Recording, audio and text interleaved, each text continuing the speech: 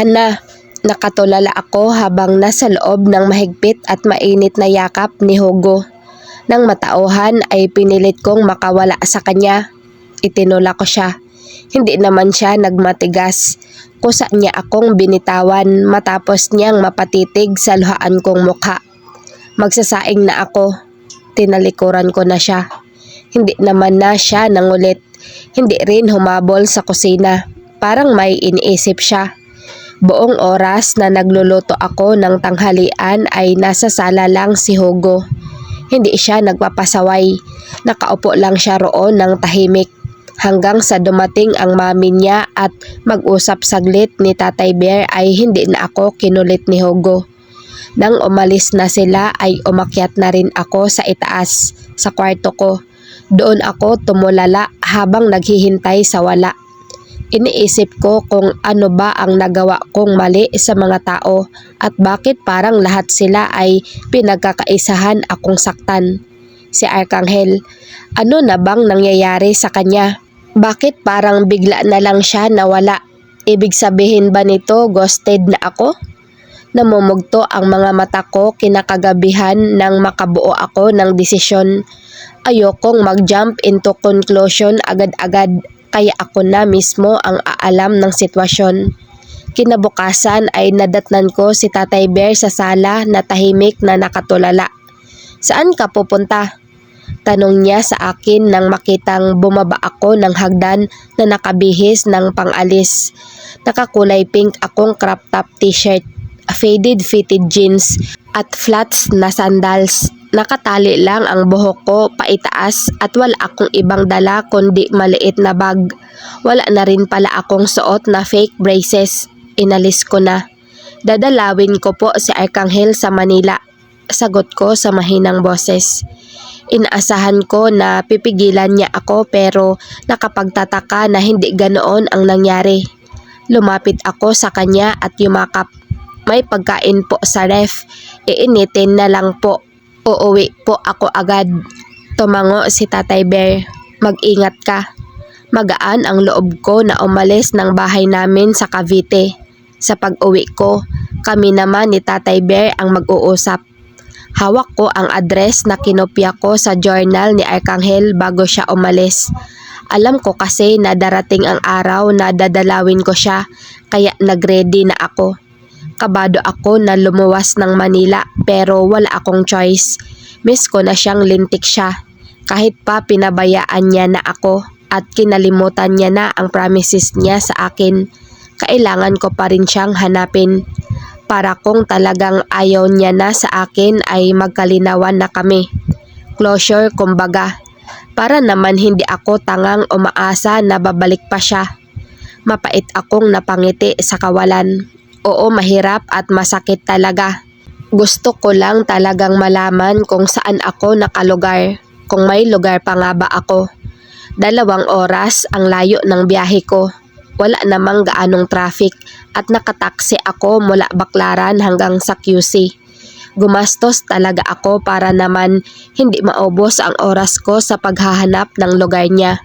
Saka para rin hindi ako gaanong wasted pag nagkita na kaming dalawa. Magdadalawang buwan na kaming hindi nagkikita kaya gusto ko namang makita niya akong fresh kahit mataba. Baka kasi ito na iyong last pero umaasa pa rin ako na hindi. Sana hindi. Sana hindi pa. Sana wala pang iba. Sana hindi niya ako niloloko habang nandito siya. Sana lang talaga hanggang ngayon ay ako pa rin. Sana may paliwanag kung bakit bigla siyang nanlamig sa akin. Sa loob ng isang exclusive subdivision ako ibinaba ng taxi. Sa mismong tapat ng malaking bahay kung saan naroroon si Arkanghel. Nang nasa tapat na ako ng gate ng mansion ay hindi na ako makagalaw. Para akong hihimatayin sa kaba. Pinangangapusan ako ng paghinga. May sumilip na gwapo at matangkad na teenager na lalaki mula sa gate. Hindi siya mukhang guard kaya siguro isa siya sa mga amo sa loob. Nang makita ako ay ngumiti siya. Ano yun, chubby? Napasimangot agad ako. Oo, alam kong chubby ako. Pero bakit kailangan pang ipagdikdikan? Ganitong gutom ako sa biyahe ay baka kainin ko siya nang wala sa oras. Natawa ang lalaki sa loob ng gate. Mukhang tulad ng anghel ko ay pilyo siya. Sorry na, pera biro, maganda ka. Ano bang atin? Binuksan niya ang gate at lumabas siya para harapin ako. Wala man lang siyang ingat ng pagbuksan at harapin ako. Ni hindi niya man lang muna tiniyak kung mambubudol pala ako. Hinahanap ko si Arkanghel. Dito siya nagwo-work, di ba? JF niya po ako. Nangopo ako dahil malamang na isa siya sa amo ni Arkanghel. Kailangan ko siyang galangin kahit pa mukhang high school pa lang siya. Ikaw pala ang joker eh. Nagsalubong ang mga kilay ko. Mataba lang ako pero hindi ako joker. Saka hindi mataba si joker. Ngiting-ngiti pa rin ang lalaki. Sa malapitan ay hindi lang siya basta gwapo. Mukha rin siyang maloko. Oo, dito nga si Arkanghel. Dati siyang guard dito pero di na ngayon. Hindi na siya guard dito? Na-promote na ba si Arkanghel? Kaya ba siya busy dahil promoted na siya? Last month pa, dagdag ng lalaki. Ikaw ba yung sinasabi niyang sister niya sa Cavite? Description niya kasi malusog daw pero maganda ang kapatid niyang babae. Napanganga ako. Ako? Kapatid ni Arkanghel? Sira ulo ba to? Tama nga si Arkanghel. Mabiro ka. Susi, right? Wala sa loob na napatango ako kahit pa naguguluhan ako sa sinasabi niya. Hindi ko maintindihan kung bakit kapatid ang pakilala ni Arkanghel sa akin. Sumeryoso siya. Susi, siguro kaya ka nandito dahil alam mo nang ikakasal na siya? Nagulat ka siguro no? Ikakasal? Lalo akong napanganga. Pakiramdam ko ay binabangungot ako. Oo, engaged na siya sa anak ng kaibigan ni Daddy. Inilahad niya ang palad niya sa akin. By the way, ako nga pala si Artemy. Hindi ko na masyadong makita pa ang nakangiti niyang mukha dahil namalayan ko na lang na umiiyak na ako. Nagpanik naman siya nang makita akong luhaan. Susi, okay ka lang? Ang lahat ng pagod ko sa biyahe at lahat ng bumabagabag sa akin ng makalipas na mga araw ay nagsama-sama. Nahilo ako bigla. Marahan akong umiling. Hindi ako okay. Kasabay niyon ay ang aking inaakalang pagbagsak ko sa sementadong sahig. Pero hindi iyon nangyari. Dahil nasalo ako ni Artemy.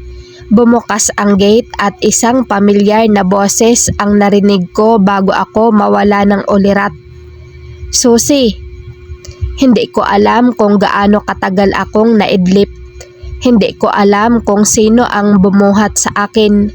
Basta malambot ngayon ang kinahihigaan ko at malamig at mabango ang paligid. Mga mahihinang usapan sa paligid ko ang dahilan kaya ako naalimpungatan. Bagamat pinili ko na wag mo nang dumilat. She's not the sister you are talking about, right? Patay na iyong kinilala mong kapatid dahil nasagasaan siya. Iyon ang report na natanggap namin kahapon from our hired investigator. Now, bakit ka nagsinungaling? Sorry. Mahinang boses ni Arkanghel. Bakit siya nagsusorry? Saka ano ba iyong sinasabi ng kausap niyang babae? Bakit galit ang tono nito? Ano bang nangyayari? Muli ay boses ng babae ang naulinigan ko. Are you protecting this girl kaya pinapalabas mong siya iyong kinilala mong kapatid sa Cavite? Walang sagot. Sino ba ang babaeng ito? Bakit kanya pinuntahan dito? Marahan akong nagdilat ng mata. She's awake. Maaligasgas na boses ng matangkad at gwapong lalaki na nasa gilid ng kinahihigaan ko. Katulad ni Arkanghel ay nagtataglay siya ng kulay abong mga mata. Nasaan ba ako? Nilingap ko ang paligid at natagpuan ko si Arkanghel na nakatayo kaharap ang isang magandang babae na sa tingin ko'y ang edad ay nasa early 40s. Singkit at walang kangiti-ngiti ang mga labi. Naguguluhang ibinalik ko ang paningin ko kay Arkanghel na ngayon ay hindi makatingin ng diretso sa akin. Lumapit sa akin ang babae. "What's your name?" Napalunok ako bago sumagot. "Susana Alcaraz." "Susi na lang po." "Alcaraz." Matabang na ulit niya sa apelyido ko. "Ingrid." Saway sa kanya ng lalaking kasing kulay ang mga mata ni Arkanghel. Lumapit sa akin ang babae. "Ako naman si Ingrid. Mrs. Ingrid Oitingso Wolfgang. Ipapahanda ko ang kotse na maghahatid sa iyo pauwi ng Cavite. Pwede mong sabihin sa father mo ang pangalan ko kapag tinanong niya kung sino ang may-ari ng kotseng nagpahatid sa iyo." Napalunok ako. Hindi ko alam kung imagination ko lang ba na parang galit sa akin si Mrs. Wolfgang. "Art!" sigaw niya. Sumilip sa pinto ang binatang nakita ko kanina sa gate. Iyong Artemy ang pangalan.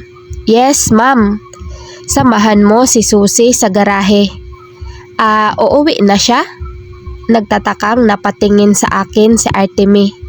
Akala ko mag-stay siya. Wala namang nagtangkang sumagot kay Artemy. Nilapitan niya na ako. "Susi, uwi ka na raw." "Ha?" Nilingon ko si Arkanghel. Gusto ko sanang kausapin pa siya pero hindi siya sa akin nakatingin. Nang hilahin na ako ni Artemy palabas ng mansyon ay wala na akong nagawa kundi hindi sumunod na lang. Bakit ganoon? Bakit hindi ako kinakausap ni Arkanghel? Bakit hahayaan niya akong umuwi nang hindi man lang kami nagkakausap? "Susi, tara na." Tawag ni Art sa akin nang pahinto-hinto ang mga lakad ko. Marahan ko siyang tiningala. "Art, iyong sinabi mong ikakasal na si Arkanghel. Totoo ba iyon?" Nanghihinang tanong ko sa kanya. Tumaas ang isa niyang kilay. "Ewan." "Ha? Anong ewan?" Gusto ko nang maiyak. "Sabi mo kanina, 'di ba, na ikakasal si Arkanghel sa anak ng kaibigan ng daddy mo." "Ewan, kasi dapat ako iyon." Bahagya siyang sumimangot. "Ang kaso, bumalik na si Kuya Aki sa amin." "Kuya Aki?" "Dahil nandito na nga ulit si Kuya Aki. Siya na iyong ipapakasal ni na daddy roon sa friend niya na business partner din sa negosyo.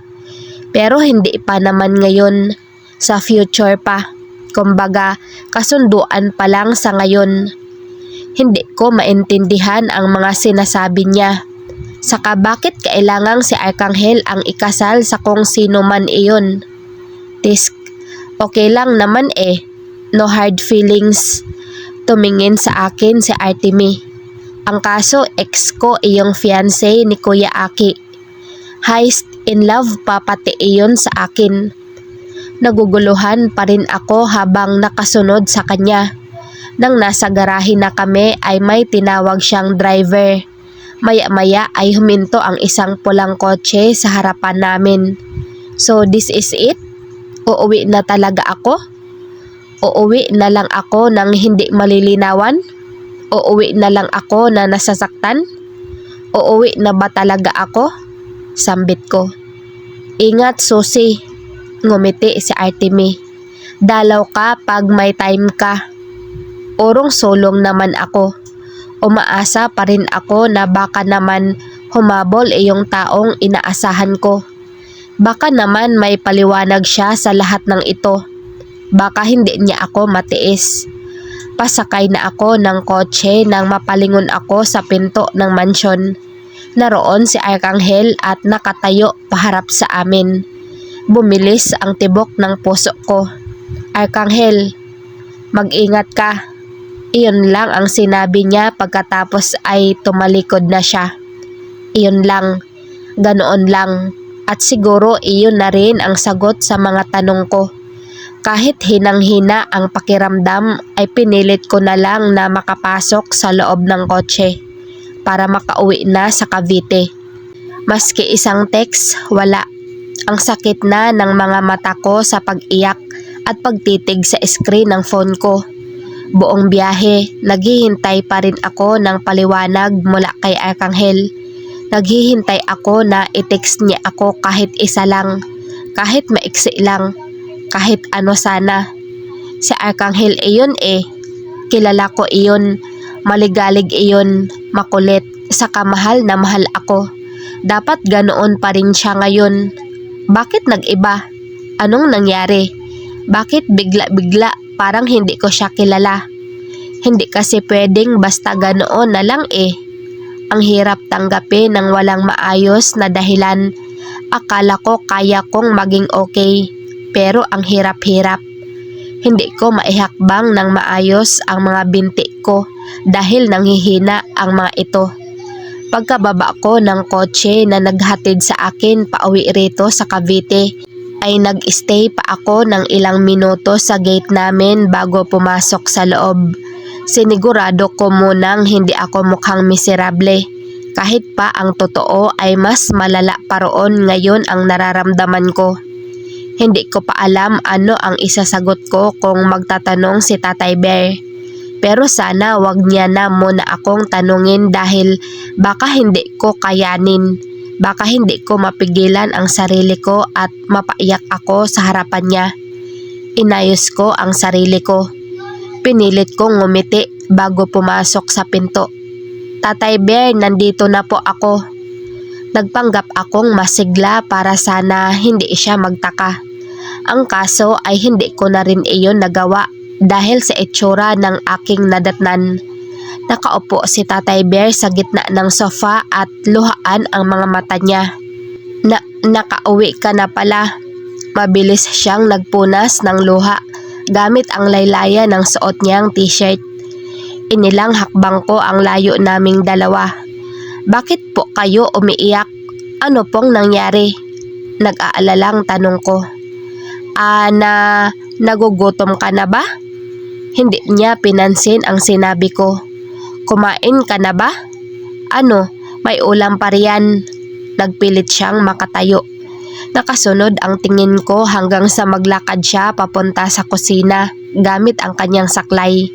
Sinundan ko siya roon. Wala akong balak tumigil sa pagtatanong kung bakit ko siya nadatnang umiiyak. Hindi biro na makita ko siyang ganoon. Big deal para sa akin ang pag-iyak niya. Tatay Bear, ano po bang nangyari? Nakatalikod siya sa akin at ayaw niyang lumingon. Naman Tatay Bear, nagpakawala ako ng malalim na paghinga. Alam niyo namang makulit ako. Alam niyong hindi ko kayo tatantanan hanggat hindi niyo sinasabi sa akin kung bakit kayo umiiyak. Kung hindi ka gutom, umakyat ka na muna sa kwarto mo anak. Ayoko po, napapadyak na ako. Susana, tumaas ang boses niya. Ano po bang nangyayari? Meron ba akong hindi alam? Meron ka bang hindi sinasabi sa akin? Hindi siya nagsalita. Di ba walang lihiman? No secrets at promise natin iyon. Nang humarap siya sa akin ay malamlam ang kanyang mga mata. Pangako na sasabihin ko sa'yo pero wag muna ngayon Susana. Seryoso ang mukha niya at nakikiusap ang kanyang tono. Kung ano man ang dinadala niya ngayon ay tiyak ko na hindi iyon simpleng problema. Tumango na lamang ako. Hihintayin ko Tatay Bear.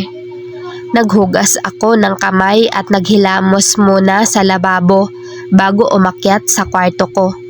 Nang mag-isa na ako ay saka ako mapait ng umiti sa kawalan. Nagpalit ako ng damit, nagsuklay at nagpagpag ng higaan. Inaayos ko ang sapi ng kama ko nang mapansing basa iyon. Basa ng luha ko. Kanina pa pala ako umiiyak. Siguro pagpasok ko pa lang rito sa kwarto, tumutulo na ang luha ko. Kaya pala parang ang labo ng paningin ko. Halo-halo na ang nagpapabigat ng dibdib ko. Tapos iyong taong nangako sa aking hindi ako iiwan. Siya pa iyong taong unang tinalikuran ako.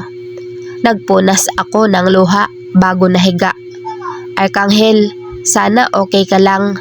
Sana okay ka lang at masarap ang tulog mo. Hindi ko na matandaan kung anong oras na ako nakatulog.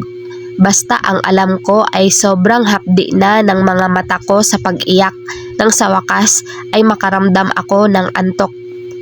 Kinabukasan ay may panibagong new message sa inbox ko.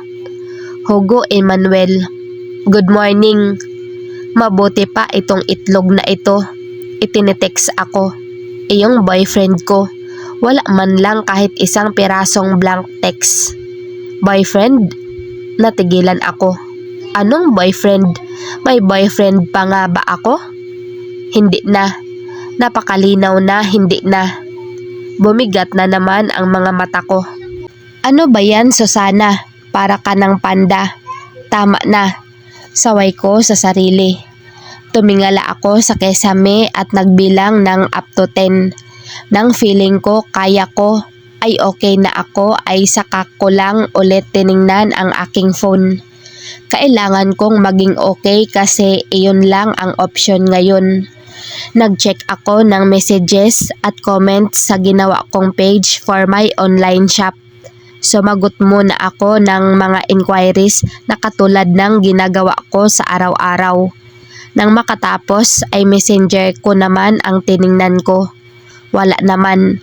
Ganoon pa rin. Malungkot ang messenger ko. Bumalik ako sa inbox kung saan nandoon ang text message ni Hugo. One message lang talaga ito. Ibig sabihin ay sumunod siya sa sinabi ko kagabi na wag nang mag-text. In fairness to Hugo, marunong naman pala siyang sumunod minsan. Pagbaba ko sa sala ay nagulat ako nang makita ang hindi inaasahang bisita sa ganito kaaga. Akala ko pa nga noong una ay namamalikmata lang ako. Pero ano ang ginagawa niya rito sa bahay namin? Susie, right? Magaan ang tonong bati niya nang makita ako. Kulay pula ang suot niyang long plain maxi dress. Nakalugay ang buhok at walang ka-make-up pero ang ganda-ganda at ang bata niya paring tingnan. Maamo sana ang kanyang mukha kung hindi lang sa bahagyang talim sa kanyang singkit na mga mata. I'm Ingrid. Maliit siyang ngumiti. Ingrid oy Tengso Wolfgang. Baka lang nakalimutan mo. Bakit po kayo naririto, ma'am? Nang tumingin ako sa kusina ay nakita ko roon si Tatay Bear. Tahimik na nakaupo siya habang nakatalongko sa mesa. Si Akihiro ay panganay na anak ko. Lumipad pabalik kay Ma'am Ingrid ang naguguluhang mga mata ko. Akihiro po? Arkanghel's real name is Akihiro Wolfgang. Nahugot ko ang aking paghinga. Ngayon lang nag-sink in sa akin ang una niyang sinabi na anak niya si Arkanghel. But he prepared to be called by the name Arkanghel. Dahil siguro iyon ang nakasanayan niya. Kababakasan ng pait ang tono niya. Nasanay siya sa ganoon. Umawang ang mga labi ko. Siya nga ang tunay na mami ni Arkanghel. Ang pamilya sa mansyon na iyon sa Manila ang tunay na pamilya ni Arkanghel. Pero para sa akin, Susie, kahit ano pa ang gustong pangalan ng anak ko, siya pa rin ang aki ko. Iyong anak ko na nawala sa akin noon. Iyong anak ko na akala ko patay na at hindi ko na makikita pa. Bahagyang nanalim ang mga mata niya. Iyong anak ko na wala akong kamalay-malay na nandirito lang pala sa Cavite. Bakit po ba siya napunta rito sa Cavite, ma'am? Lakas loob na tanong ko. He was kidnapped when he was a kid. Ipinakidnap siya ng obsessed ex-girlfriend ng asawa ko.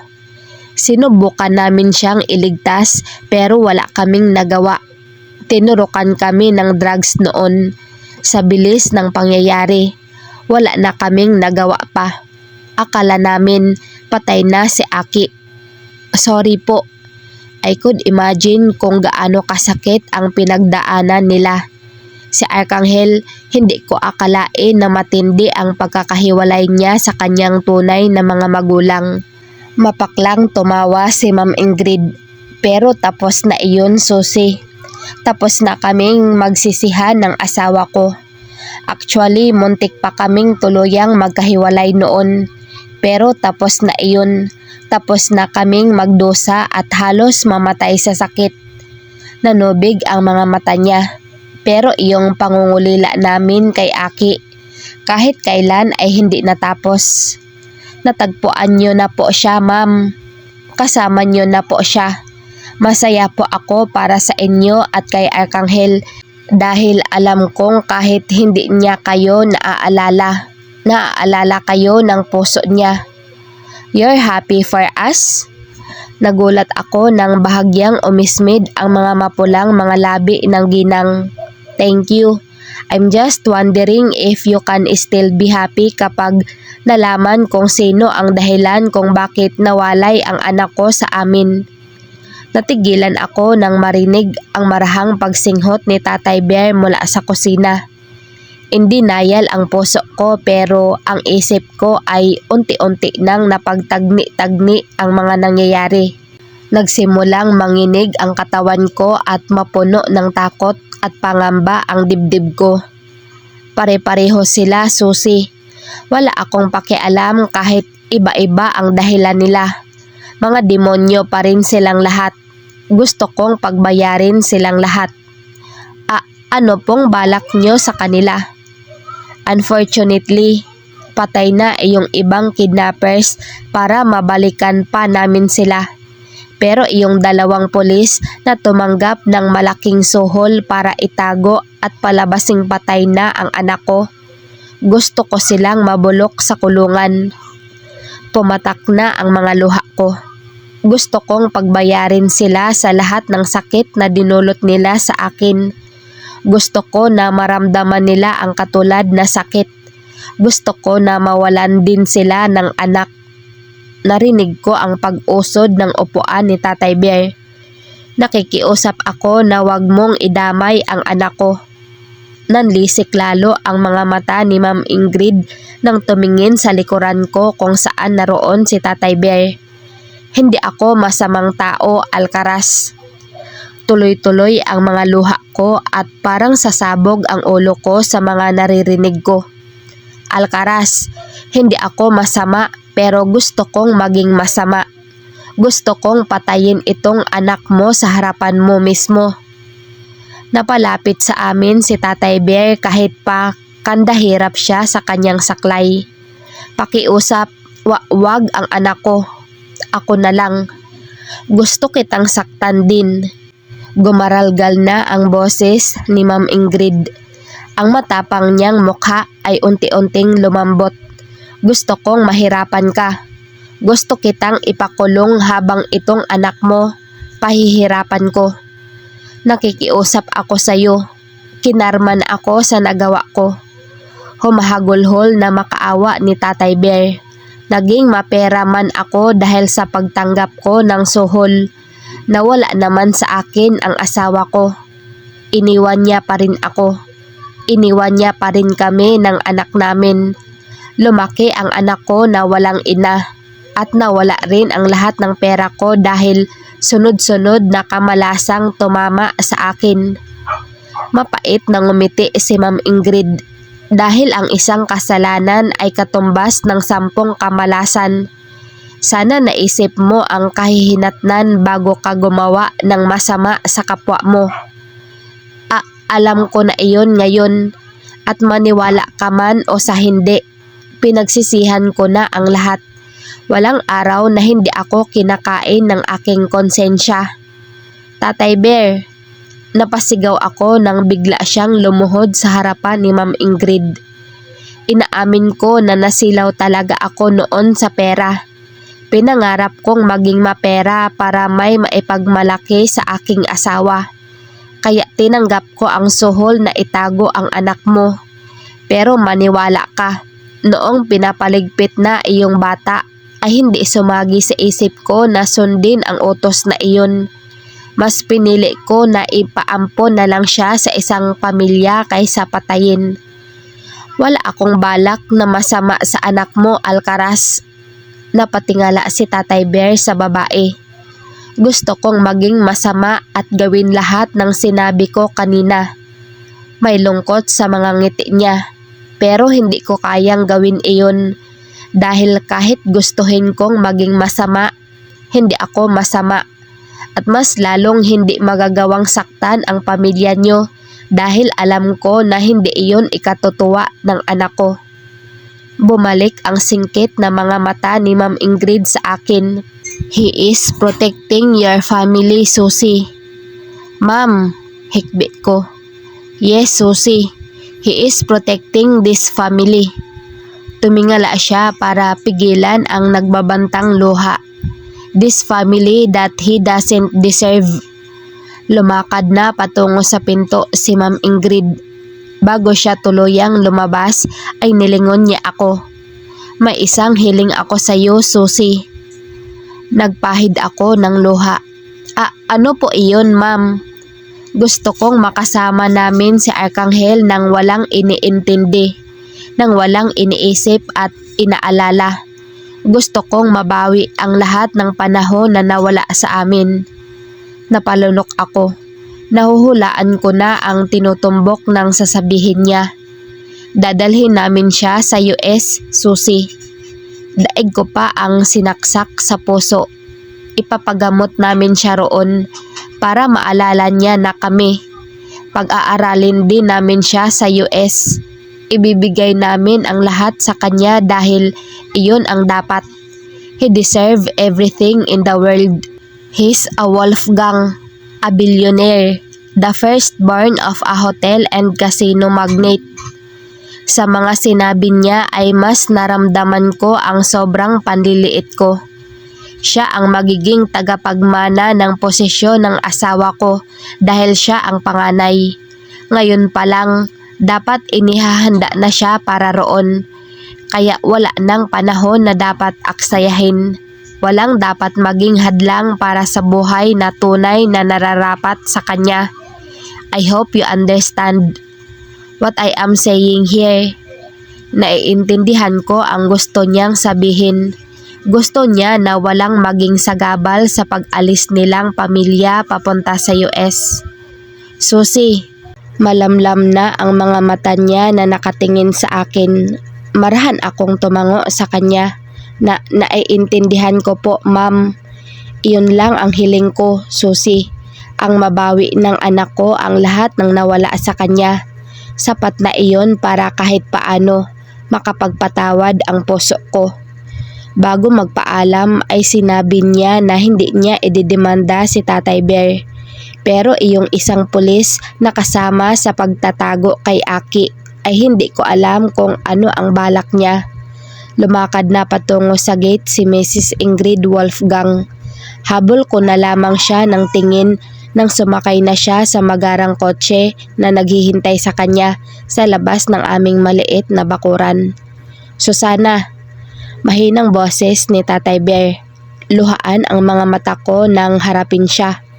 Bakit hindi niyo po ginawa iyon? Nanunumbat na tanong ko. Wala akong excuse sa mga nagawa ko, anak. Tay naman. Naupo siya sa gilid ng sofa at nakayukong nagsalita. Mayaman ang pamilya ni Sonia at hindi nila ako tanggap dahil simpleng pulis lang ako. Pero mahal na mahal ko ang mama mo kaya ipinaglaban ko siya. Lumakad ako at huminto sa harapan niya. Ngayon lang siya nagbukas ng usapan tungkol sa mama ko. Hinawakan ko siya sa balikat. Ginigipit kami ng mga magulang niya. Dagdag pa na sabay na nagkasakit ang lolo at lola mo sa Bulacan. Naging kalbaryo ang buhay ni Sonia sa piling ko. Nang ipanganak ka niya ay sakitin ka, kaya labas-masok ka sa ospital. Hindi ko na alam nang gagawin ko noon, anak. Nababaliw na ako sa problema. Humahagulhol si Tatay Bear habang nagkukwento siya. Hanggang sa alokin ako ng karilyebo kong pulis na si Tony. Inalok niya ako ng isang racket na ang kapalit ay 50 million pesos na paghahatian naming dalawa. Suminghot si Tatay Bear. Natukso ako, anak. Kumapit ako sa patalim.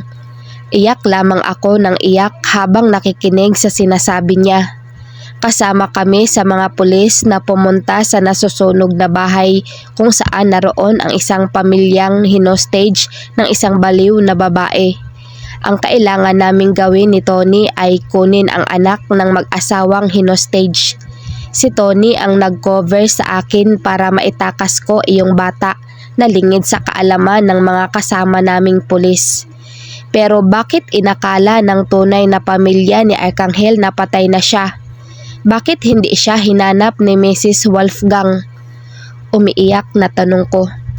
Dahil may batang pulubi pala na dala si Tony ng gabing iyon. May batang pulubi sa car trunk niya at iyon ang ipinalit niya sa batang Arcangel. Mulagat na napatitig ako sa kanya. Iyong inosenteng batang pulubi ang hinayaan niyong masunog sa bahay na iyon? Tumingala siya sa akin. Huli ko nang nalaman ang ginawa ni Tony, anak. Maniwala ka. Wala akong alam sa pangingidnap ni Tony ng isang street child. Hindi ko akalain na gagawin iyon ni Tony. Sa news ko na lang napanood na ipinakremate na ng mag-asawang Wolfgang iyong sunog na katawan noong bata na inakala nilang anak nila. Nanginginig na umupo ako sa tabi niya sa sofa. Yumakap ako sa kanya. Dinala ko rito sa Cavite si Arcangel. Hindi ko siya madala sa ospital kahit pa inaapoy siya ng lagnat, kaya rito ko siya sa bahay natin itinago. Dito sa bahay namin dinala noon si Arcangel? Napakurap ako sa sinabi niya. Masyado akong nalulunod sa pakiramdam dahil hawak-hawak ko na ang milyones, anak. Dala ko na ang bag na puno ng pera na magpapabago sa buhay natin. Masyado akong nasilaw sa material kaya panandalian kong nalimot ang aking konsensya. Paanong napunta sa mga Del Valle si Arcangel? Dahil hindi ko siya kayang patayin, anak. Malungkot siyang ngumiti sa akin. Hindi ko kayang patayin iyong bata. Kaya minabuti ko na lang siyang ibigay sa isang mag-asawang namatayan ng bunsong anak. Nagpuna siya ng luha gamit ang kwelyo ng suot na lumang t-shirt. Wala akong choice. Kinabukasan din kasi ay tinawagan ako ni Tony na kailangan na raw ipaligpit si Arcangel. Tapos na raw ang trabaho dahil patay na iyong nagpakidnap sa bata. Wala raw kaming aasahan pang kasunod na pera kaya kailangan na naming linisin ang mga kalat. Kaya bago pa dumating si Tony rito ay pinaampon ko na si Arcangel. Bakit po umalis pa si mama kung marami ka ng pera noon?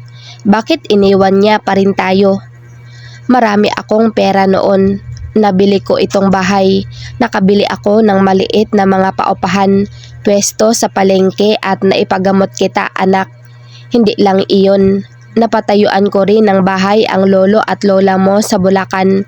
Nabigyan sila ng pangnegosyo.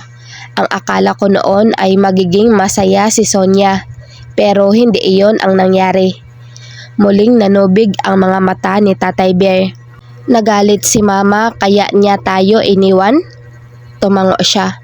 Galit na galit siya sa akin. Hindi niya matanggap na gumawa ako ng masama.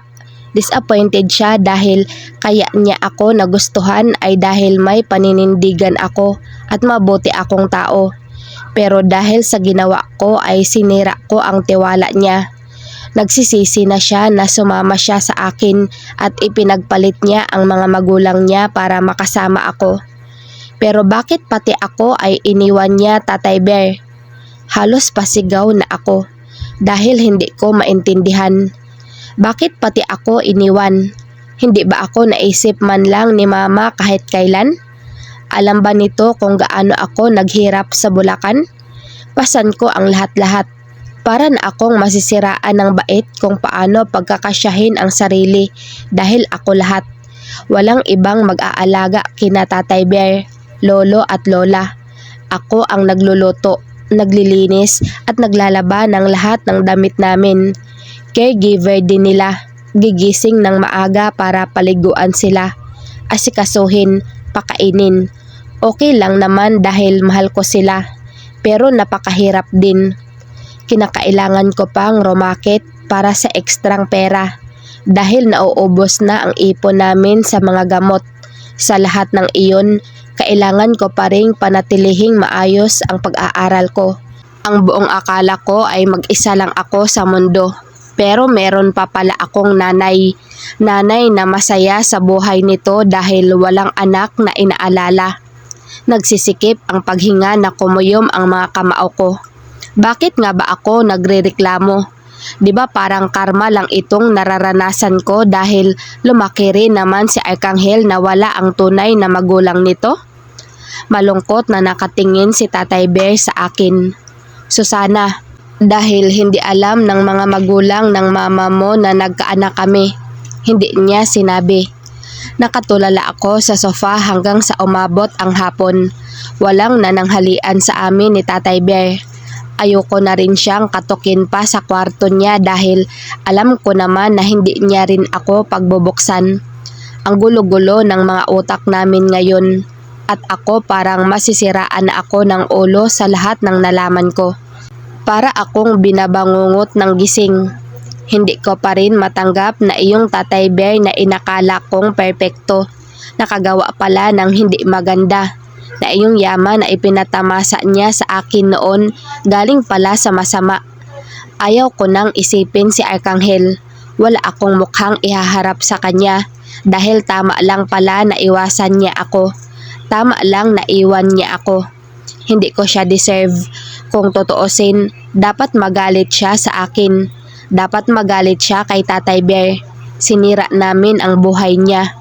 Sinakta namin ang pamilya niya. Sumandal ako sa sofa at umiyak lang ng umiyak. Tumahan lang ako nang mamanhid na ang mga mata ko. Pagod na pagod ang pakiramdam ko. Pagod na pagod ako. Psst! Isang sitsit ang gumising sa diwa ko. Hindi ko na naayos ang aking sarili dahil pumasok na si Hugo sa nakabukas na pinto. Puting plain t-shirt at black cargo shorts ang suot niya. Ginulo niya ng mahahabang daliri ang kanyang buhok. May kinuha siyang panyo mula sa bulsa ng cargo shorts niya. Oh, inabot niya iyon sa akin. Bakit ka nandito? Nanghihinang tanong ko sa kanya na hindi pinansin ang iniabot niyang panyo. Ngumisi siya kahit pa malungkot ang mga mata niya. Na-sense ko lang na may umiiyak na mataba rito at kailangan ng panyo ko. Tulala lang ako nang tabihan niya ako sa sofa. Siya na ang masoyong nagpunas ng pisngi ko gamit ang kanyang panyo. Hugo, gusto mo bang gumala? Malambing na tanong niya. Nakatitig lang ako sa kanya. Bahagya siyang napaurong. Uy, bakit ganyan ka makatingin? Natatakot ako. Gusto mo kong kainin no? Hugo, wag kang gagalaw. Mahinang utos ko sa kanya. Napakurap siya. Ha? Tumaas ang palad ko papunta sa pisngi niya. Agad siyang napapikit dahil akala niya ay sasampalin ko siya. Pero hindi. That wasn't my intention. Nagtataka siyang napadilat. Susie, what the hell are you doing? Halos hirap na anas niya. Manahimik ka. Mahinang sita ko sa kanya. Shut me up. Ngumisi siya habang lumalaban ng titig sa mga mata ko. And I did shut him up. I reached for his lips. I kissed him. Susana, okay ka lang? Matapos manlaki sa gulat ang mga mata ni Hugo, ay namungay ang mga iyon. Sinambit niya ang mga salita sa mga labi ko. Naitulak ko naman agad siya at saka ako lumayo. Sorry, Hugo. Oo, wala na kami ni Arkanghel. Hindi na ako para maghabol pa sa taong tinalikuran na ako. Pero wag din kay Hugo. Kaibigan ko siya kahit pa siraulo siya. Patayo na ako para iwan siya nang pigilan niya ako sa braso. Hindi na ako nakapagsalita. He grabbed my face with both hands to kiss me, just like what I did to him. Parang sasabog ang utak ko. Nang mabawi ang pagkabigla ay itinulak ko ulit si Hugo. Binitawan naman niya ako. Magsasalita sana ako para linawin ang nangyari nang bigla siyang tumingin sa pinto. Anong ginagawa mo rito? Malamig na tanong ni Hugo. Agad na napalingon ako sa kinakausap niya roon.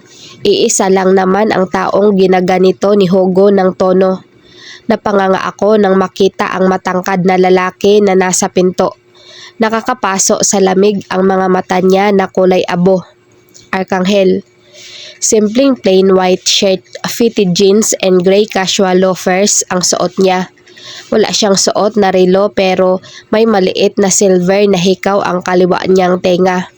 Nakita ko na yata ang lahat ng damit at gamit niya kaya natitiyak ko na bago ngayon ang mga suot niya. At kahit hindi ako mahilig sa luxury brands, alam kong mamahalin ang lahat ng ito. Bigla tuloy akong nahiya sa ayos ko na simpleng boho shorts at baby pink t-shirt lang na lumang pambahay. Pero anong ginagawa niya rito? Alam ba niyang galing dito si Ma'am Ingrid kanina at kinausap ako? Kinausap na ipaubaya at kalimutan ko na siya? Hindi alam ng mami niya na siya ang nauna na lumayo. Nasaan si Mang Andres? Katulad ng kanyang kulay abong mga mata ay wala ring kasing lamig ang boses niya. Napaayos ako sa pagkakatayo. Ginapangan ako ng takot. Anong kailangan niya kay Tatay Bear? Nandito ba siya para awayin ang tatay ko dahil sa nangyari sa kanya noong bata pa siya?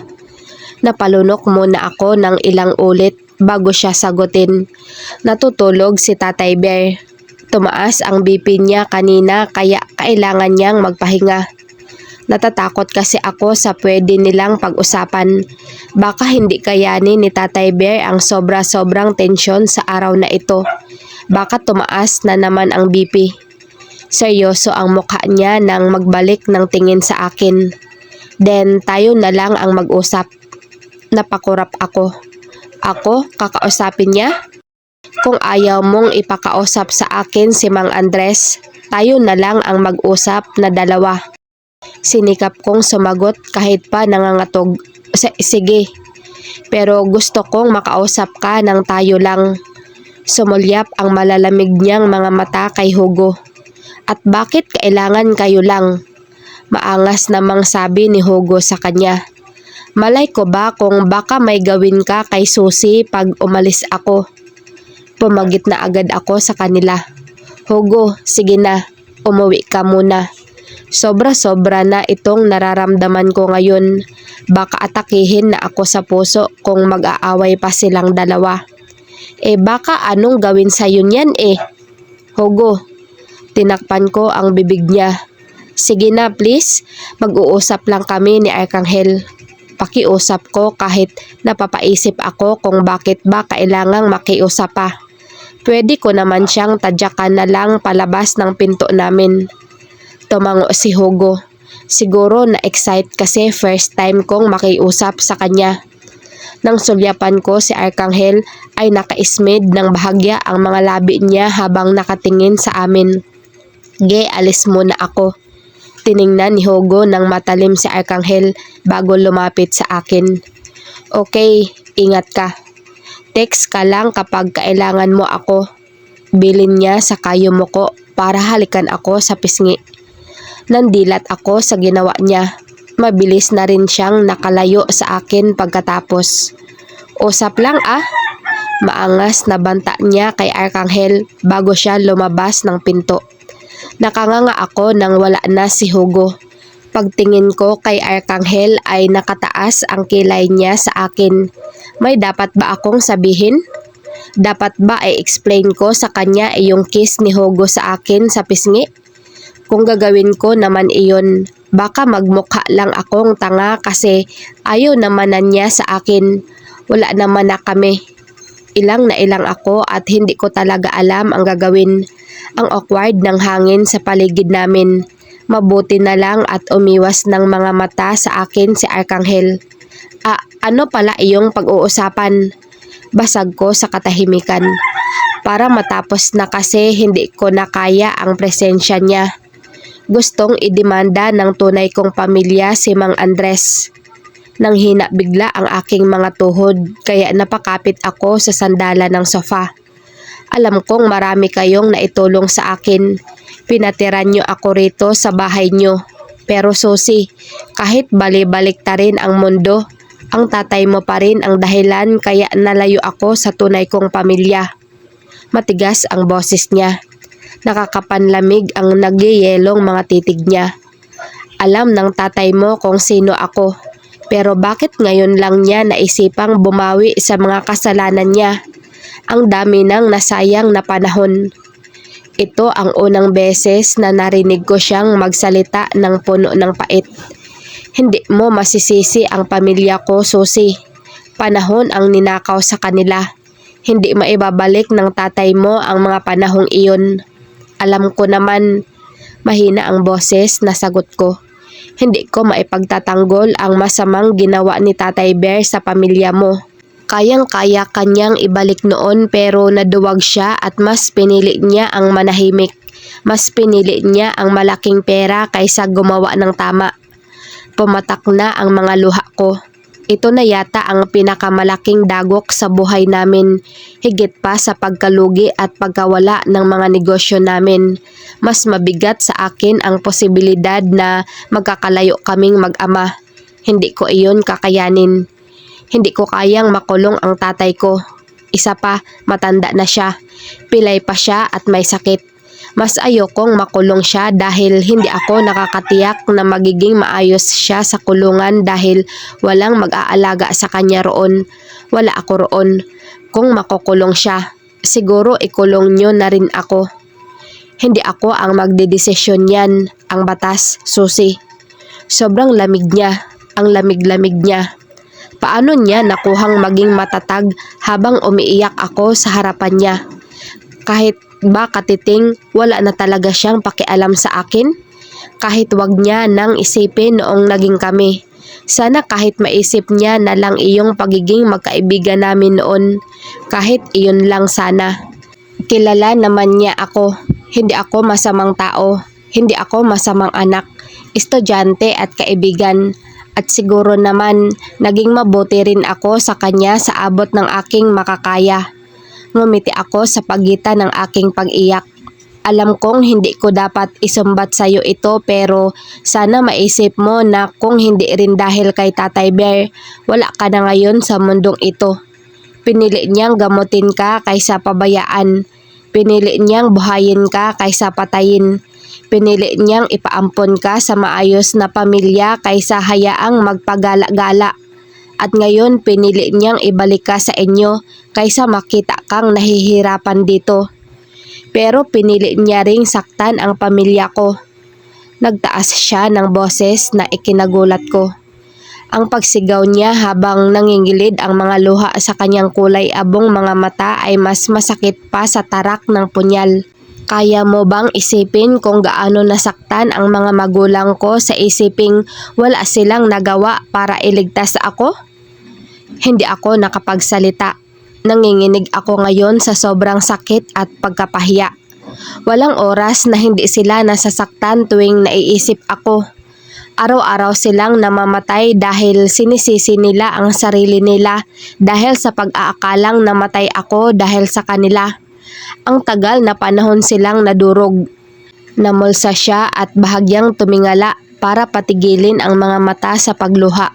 Samantalang ang Tatay Bear mo, masayang kasama ang anak niya.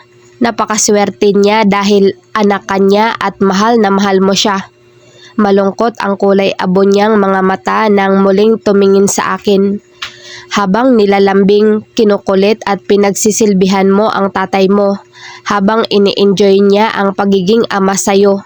Ang mami ko naman ay nangungulila sa akin. At ako? Imbis na iyong tunay na mami ko ang nagmamahal sa akin at minamahal ko. Ibang babae ang kasama ko. Ibang babae na hindi ko maramdaman ng buo kung talaga bang mahal ako. Napahagulhol na ako sa aking mga palad. I'm sorry. Hindi ko na kayang marinig pa ang mga sinasabi niya. Parang mamamatay na ako sa sobrang sakit. Ang hirap. Sorry, Arkanghel. Sorry. Hagulhol ko. Alam mo kung ano ang pinakamahirap? Luhaang tumingala ako sa kanya. Ang pinakamahirap ay iyong gusto kong magalit sa tatay mo. Pero hindi ko magawa kasi tatay mo siya. Humina ang boses niya sa huling salita. Natigil ako sa pag-iyak. Gusto kong hulihin ang kulay abo niyang mga mata ngunit mailap ang mga ito. Kaya kahit gusto ko siyang ipakulong para pagbayaran niya ang kasalanan niya, hindi ko magawa. Kahit gusto ng pamilya ko na magsampa ng kaso, humaharang ako. Pumiyok ang boses niya pero nakangiti siya. Ngiting mapait. Iyon lang ang kaya kong gawin para sa'yo. Namayani ang matagal na katahimikan. Tila nag-usap kami sa isip na namnamin ang tahimik na paligid at kalmahin muna ang aming mga kalooban. Ako ang unang nagsalita matapos ang ilang minuto. Pumunta ang mami mo rito kanina. Wala siyang reaksyon. Nakausap niya si Tatay Bear at ako. Umupo ako sa sofa. Kahit nasa mami mo ang lahat ng karapatang isumpa kami, hindi niya ginawa. Kahit nahihirapan siyang magpatawad, susubukan niya. Hindi na raw niya isasama sa demanda si Tatay Bear. Tumango-tango si Arkanghel. Nakapamewang siya sa tapat ng pinto at panakanakang napapahagod ng kamay sa kanyang buhok. Nasasaktan pa rin daw siya pero nagpapasalamat siya na buhay ka. Ang gusto na lang raw niya ngayon ay makasama ka at mabuo ang pamilya niyo. Ang mabawi kahit paano ang mga panahong ninakaw sa inyo. Inayos ko ang aking sarili.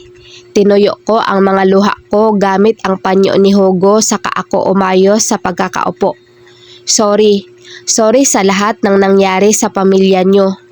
Wala siyang sagot pero kalmado na ngayon ang perpektong mukha ni Arkanghel.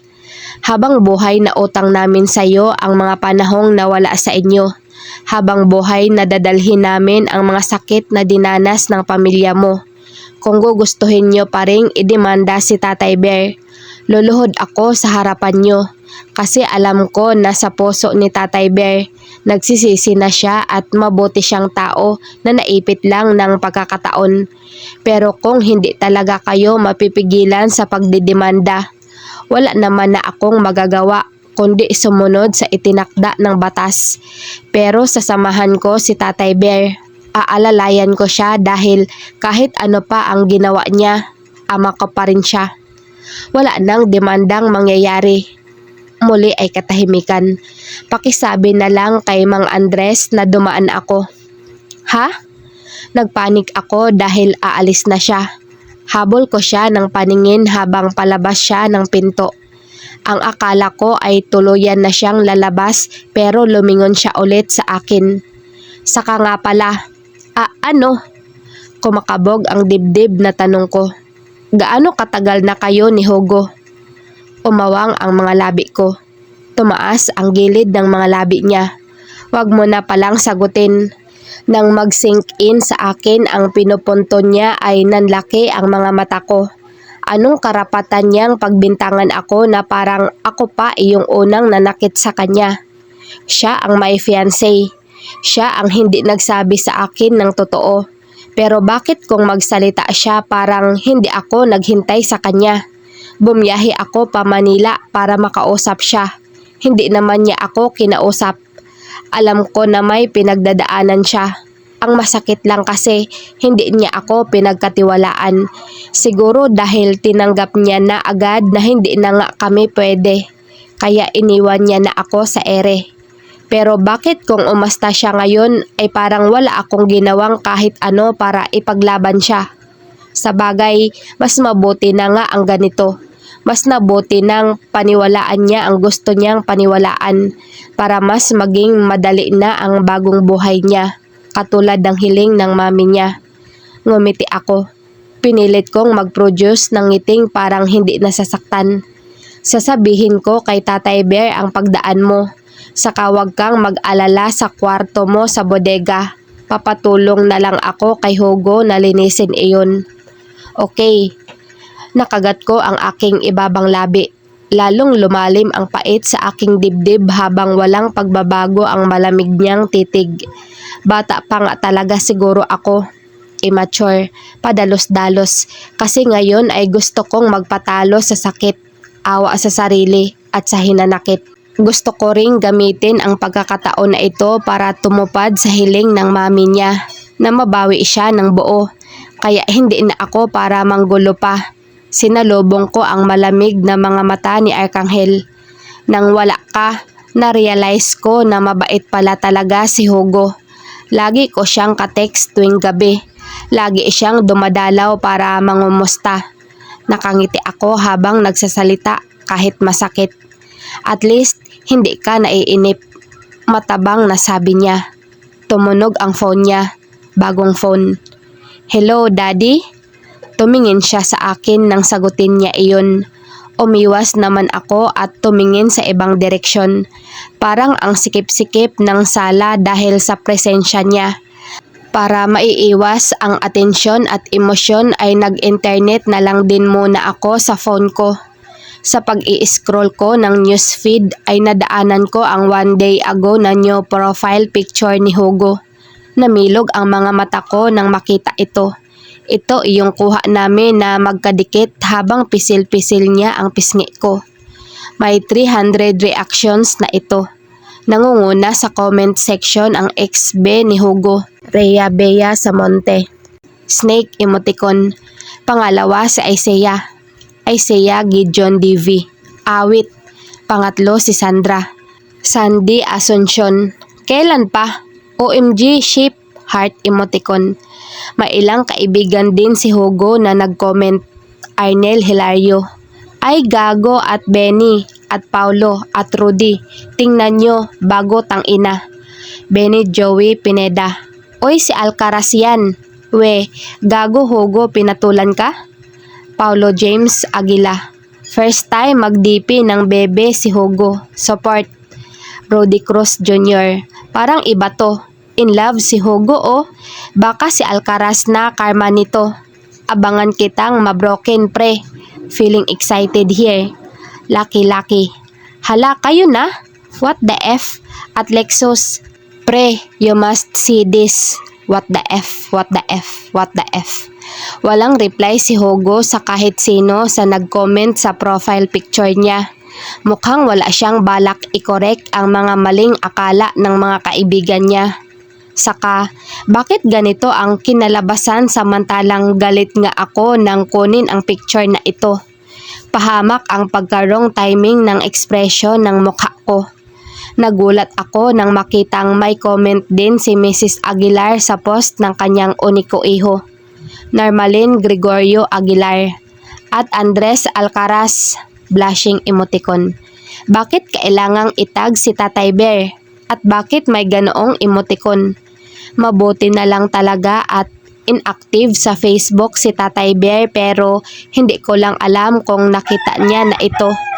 Agad akong napatingin kay Arkanghel. Nakita niya rin kaya ito? Muntik na akong mahulog sa sofa nang pagtingin ko sa kanya ay nakatingin na rin pala siya sa akin. Sa lubong ang makakapal niyang kilay. Tapos na pala siya sa kausap sa phone. Napatayo ako. Magsasalita sana ako nang may kumatok sa pinto. Sabay kaming napabaling sa bigotelyong uniform guy na tila nasa 50s ang edad. Nakadungaw ito sa pinto. Ito yata ang driver ni Arkanghel. Sir Aki, tumawag po ang mami nyo. Hinahanap po kayo. Sige, Mang Dindo. Sinagot niya ang driver saka siya muling tumingin sa akin. Aalis na ako, Susi. Nabitawan ko ang cellphone ko sa sofa. Doon ako biglang parang sinampal ng katotohanan na aalis na talaga siya. Na posibleng ngayon na ang huling beses na makikita ko siya. Nang maglakad na si Arkanghel papunta sa pinto, ay parang gusto kong isigaw sa kanya na siya pa rin hanggang ngayon. Gusto kong bawiin ang mga sinabi ko about Hugo kanina. Kung gagawin ko iyon, ano ang gagawin niya? Magagalit ba siya? Nakatalikod na siya nang magsalita sa mahinang boses. Baka ito na pala iyong huling beses na magkikita tayo. Kahit expected ko na, ang sakit pa ring marinig. Pupunta na kaming US ng tunay na pamilya ko. Doon ako mag-aaral. Alam ko, nasabi na ni Ma'am Ingrid, pero mas masakit na marinig mismo sa kanya na aalis na siya. Naiiwan niya na talaga ako. Ito ang gusto ng mami niya na si Ma'am Ingrid para kay Arkanghel. at ito rin ang deserve niya. Pinarush na ni na mami at daddy ang papers ko. Next week na ang lipad namin. Ang kulay abo niyang mga mata ay tila may hinihintay mula sa akin. Nakakatuksong umasa. Pero hindi ko kayang sumira ng pangako. Nangako ako sa mami niya na ipapaubaya ko na siya. Sinikap kong ngumiti ng casual. Ganoon ba? Good for you. US, astig iyon sa kasawakas kasama mo na ang pamilya mo. Tumango siya at umiwas na ng mga mata. Mabuti dahil hindi niya na makikita ang pangingilid ng mga luha ko. Hindi ko na kasi kayang pigilin. Hirap na ako. Ingat ka roon, Arkanghel. Iyong huling ngiti ko ay halos hindi ko na mabuo. Thanks, ikaw rin. Nang lumabas na siya sa pinto ay hindi ko na nakuhang sumunod. Kahit gusto ko siyang ihatid man lang kahit sa gate ay hindi na kaya ng mga binti ko. Hindi ko maigalaw ang buong katawan ko. Arkanghel was my first heartbreak. Walang sinabi ang logic at mga pinag-aralan ko sa school para maibsan ang sakit. Ang sakit. Goodbye, Arkanghel. Goodbye, aki ko. Kahit aalis ka na, kahit hindi na tayo, ikaw pa rin. Ang sakit, sana kayanin ko. 6 years later. Saan ka ngayon? Lumabas ako ng pantry, bit-bit ang aking shoulder bag. It was 8 in the morning at katatapos ko lang mag-light breakfast. After my night shift, ay dito ako naghihintay na magliwanag sa labas bago ako babiyahe paalis. Same BPO company pa rin dito sa Ortigas. Sa Pasig ako nag-stay. Inayos ko ang earphone sa aking tenga bago pumasok ng elevator. Ang kausap ko ang long-time best friend ko na si Kylene. Dito ako nakarating sa Pasig. Dito ako nakakita ng studio type apartment na may own bathroom and sink na pasok sa budget ko. 4,000 monthly. Mahal pa rin pero pwede na kahit paano. Dito na rin ako naghanap ng work and luckily, I got hired in Telemor, Ortigas. Susi, wala ka ba talagang balak na umuwi na lang ng Cavite? Humahabol pa na tanong niya. Hindi lihim kay Kylie na nagpakita na ulit ang mama ko. Ang gusto ni mama ay mag-resign na ako dahil may kaya siya sa buhay. Pero para saan pa ang aking mga pagsisikap kung iaasa ko na lang sa kanya ang kinabukasan ko? Hindi ko naman kailangang manghingi kahit kanino. Kinakaya ko naman na ako lang lahat. Makakaya kong mag-isa. Kakayanin ko. Proud ako sa sarili ko dahil kahit nag-iisa ako ngayon sa buhay ay nakakayanan kong makasurvive. Nanatili nga akong matatag sa mga lumipas na taon kahit pa sa loob-loob ko ay basag na basag ako. Nakagraduate ako. Nakapasa sa LET board exam. The licensure examination for teachers at nakapasok ako sa isang public school sa Cavite nang walang tulong ng kahit sino. Sariling sikap ko ang lahat-lahat, maging ang pagpasok ko sa huling BPO company na pinasukan ko sa Cavite at maging ang paglipat ko rito sa Ortigas. Lahat iyon ako lang dahil gusto kong may mapatunayan, hindi lang para sa sarili ko, kundi pati kay Tatay Bear. Gusto kong ipakita sa kanya na napalaki niya ako ng maayos, na hindi ko sinayang ang lahat ng tiwala at sakripisyo niya para sa akin. Gusto kong malaman ni Tatay Bear na gagawin ko ang lahat para magtagumpay sa sarili kong pagsisikap, na magiging successful ako at maipapaayos ko ang bahay namin. Mababayaran ko ang mga utang namin at makakaipon ako para maipa-opera siya. Magtitiis ako at magtsatsaga para maabot ang mga pangarap naming mag-ama. Gusto kong ako ang mag-aahon sa kanya sa hirap. Ako lang. Worried lang naman ako sa'yo, girl. Nag-iisa ka riyan sa Pasig eh. Niwala kang kakilala riyan. Paano kung makidnap ka? Mamatay. Itapon sa ilog? Mahina akong tumawa. Okay nga lang ako. Parang di mo naman ako kilala, Car. Sobrang ingat ko. Bumukas na ang elevator pagkarating sa ground floor. Bye na, I miss you. Pakumusta na lang kay Isaiah. Dinig na dinig ko ang pag-ismid niya mula sa aking suot na earphones. Ay wala si Isaiah. Di na bumalik mula kagabi. Si Jordan andito. Naghihilik pa. Binuhusan ko na ng tubig pero ayaw pa ring magising. Natawa ako habang naglalakad. Baliw ka. Alam mo naman kasing hindi umiinom iyong tao pero pinilit mong maglasing. Bay na, maninermon pa eh. Nakasakay agad ako ng jeep pagtawid sa kabilang kalsada. Sa bandang gitna ako napaupo. Hindi gaanong siksikan pero siksikan pa rin. Malakas ang stereo sa loob na akala mo ay nasa disco bar. You are the sun, you are my light, and you're the last thing on my mind. Before I go to sleep at night, you're always around when I'm in need. When trouble's on my mind, I put my soul at ease. Naglabas ako ng coin purse para kumuha ng baryang pambayad sa pamasahe sa kainabot sa katapat ko. Makikiabot po, Life Homes po isa. There is no one in this world who can love me like you do. That is the reason that I want to spend forever with you. Parang duduguin ang tenga ko sa kanta sa jeep. Mabuti na lang talaga at saglit lang ang biyahe papuntang Life Homes kung saan ako nagre-rent. Pagkababa ng jeep na sinasakyan ay umakyat ako sa overpass para makatawid. Hindi na ako nag-tricycle papasok. As usual, naglakad lang ako para makatipid ng 9 pesos sa pamasahe, saka para ma-exercise na rin ang mga binti ko. Sa araw-araw mula nang lumipat ako rito ay nasanay na ako sa siksikan tuwing biyahe, maingay na kapaligiran at mahahabang lakaran.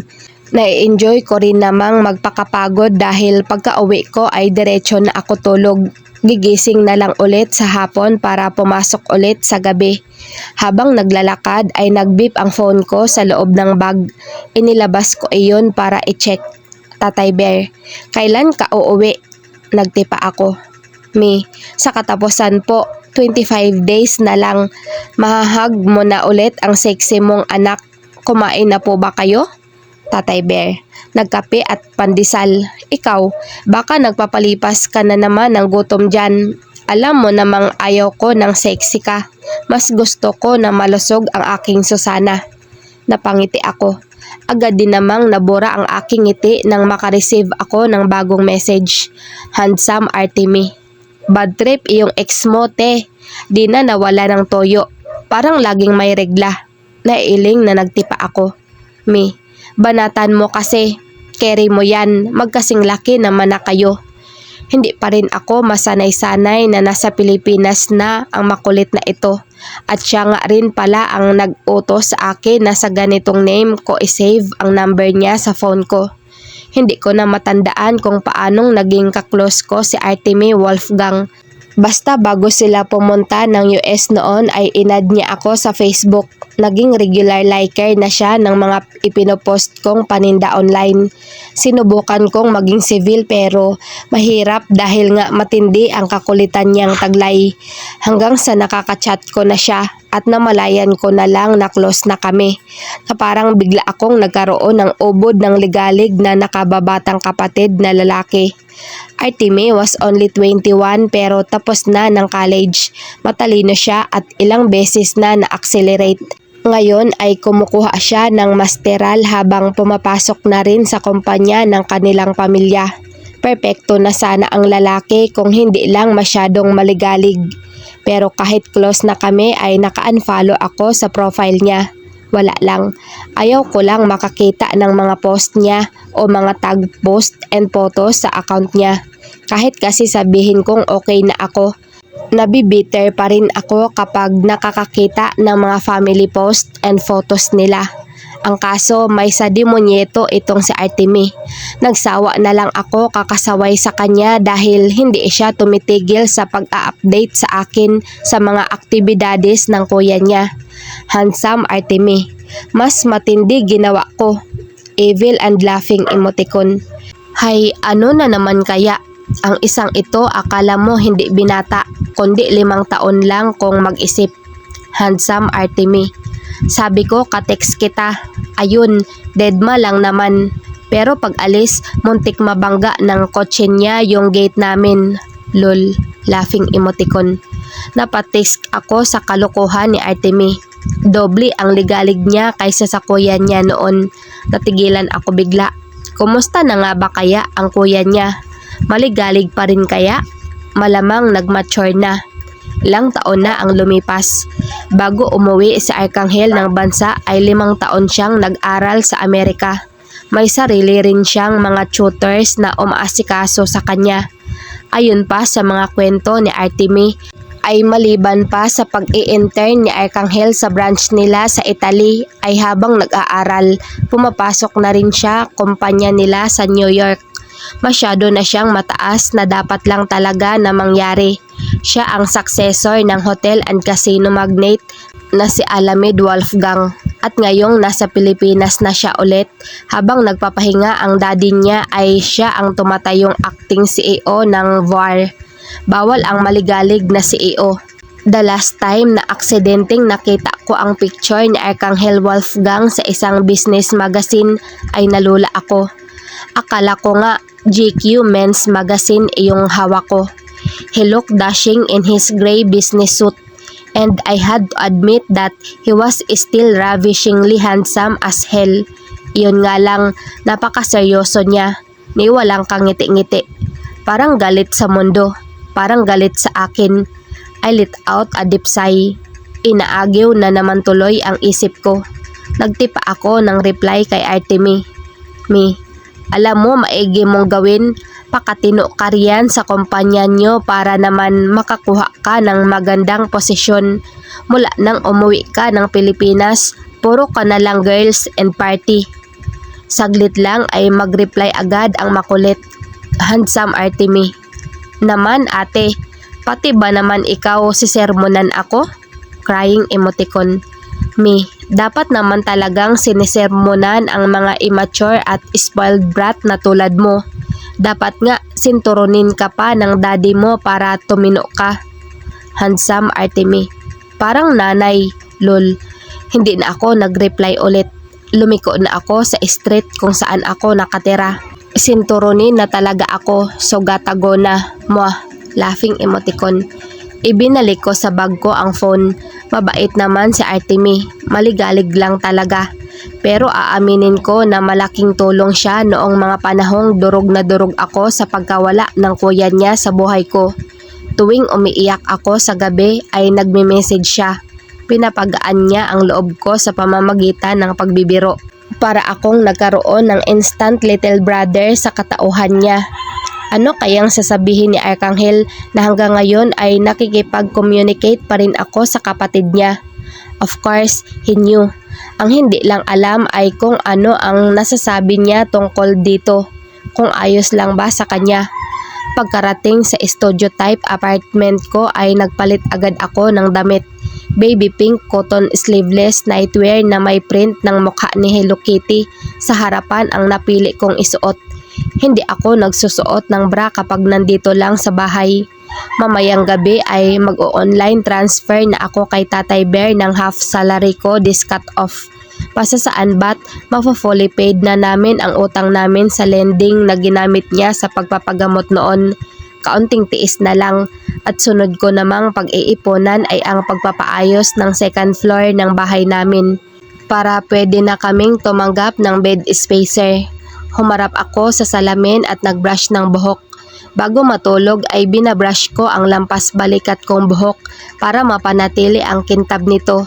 Saka natutuwa rin kasi akong humarap sa salamin bago matulog. Masaya akong nakikita ang aking itsura. Ngumiti ako sa salamin matapos kong ilapag sa maliit na mesa ang hairbrush. Hinaplos ko ang magkabila kong hips saka nagpose ng kaunti. Ang liit na ng tiyan ko kaysa noon. Iba talaga ang effect ng stress sa akin. Pumayat ako. Chubby cheeks pa rin naman pero hindi na extra large ang mga damit ko. Kumakasya na ako sa medium. Okay naman sana na pumayat ako. Ang kaso lang noong pumayat ako, kasama ring nabawasan ng fats ang dibdib ko. Lumiit tuloy ng slight. Pero okay na rin dahil may collarbone na ako kahit pa di na gaanong kita ang cleavage. Namiwang ako at sinipat naman ang aking mga braso ko na ngayon ay maninipis na. Ayan, okay na. Kompleto na ang araw ko. Pwede na akong matulog. Maganda na ang mapapanaginipan ko nito since good mood na ako.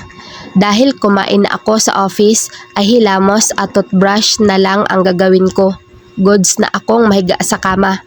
Ilang minuto na akong nakapikit nang makarinig ng mahihina at sunod-sunod na katok sa pinto ng aking apartment. Sino naman ang kakatok ng ganitong oras? Wala naman akong kaklose rito at wala ring nakakaalam sa office mates ko nitong place ko. Siguro iyong makulit na taga-deliver ng mineral. Alam naman kasi ng landlady ko na tuwing hapon lang mulat ang mga mata ko. Wala sana akong balak pagbuksan pero hindi tumitigil ang pagkatok mula sa labas ng apartment ko. Nakakarindi na. Sandali, sigaw ko para patigilin siya. Kahit nahihilo pa sa antok at bumangon ako. No choice naman kasi ako kung hindi pagbuksan ang kumakatok para lang matigil na. Saka para mapagsabihan na rin na huwag kakatok ng ganitong oras. Tuloy-tuloy ang katok kahit sinabi ko na ngang sandali lang. Sandali, teka nga lang. Hindi na ako nagsuot ng bra. Nagpatong na lang ng tuwalya sa harapan saka mahilo-hilong tinungo ang pinto. Grabe naman, parang hindi bubuksan kung makakatok. Hindi ko na sinilip kung sino dahil malayo ang bintana sa pinto. Dumiretso na ako sa pagpihit ng doorknob. Binuksan ko ang pinto at magsasalita na sana ako para pagalitan siya nang matigilan ako nang makilala siya. Napatulala ako sa matangkad at gwapong lalaking nasa harapan ko. Daig ko pa ang nakakita ng multo. Anong ginagawa mo rito? Tumaas ang isa sa makakapal niyang kilay kasabay ng pag-ismid ng kanyang mapulang mga labi.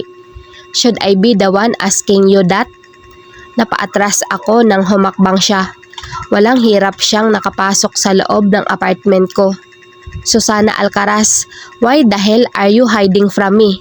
Hiding from me. He frustratedly ran his long fingers through his raven black hair.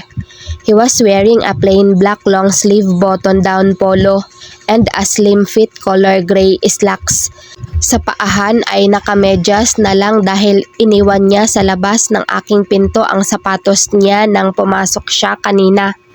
Hindi ako nagtatago sa'yo. Mababa ang tonong sabi ko nang makabawi ako sa pagkagulat.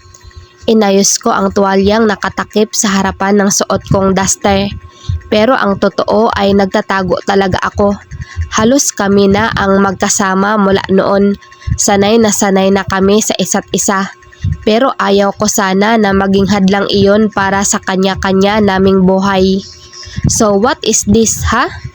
Sa tangkad niyang 6 feet at sa ganda ng structure ng kanyang katawan ay para siyang magmomodel lang rito sa maliit kong apartment.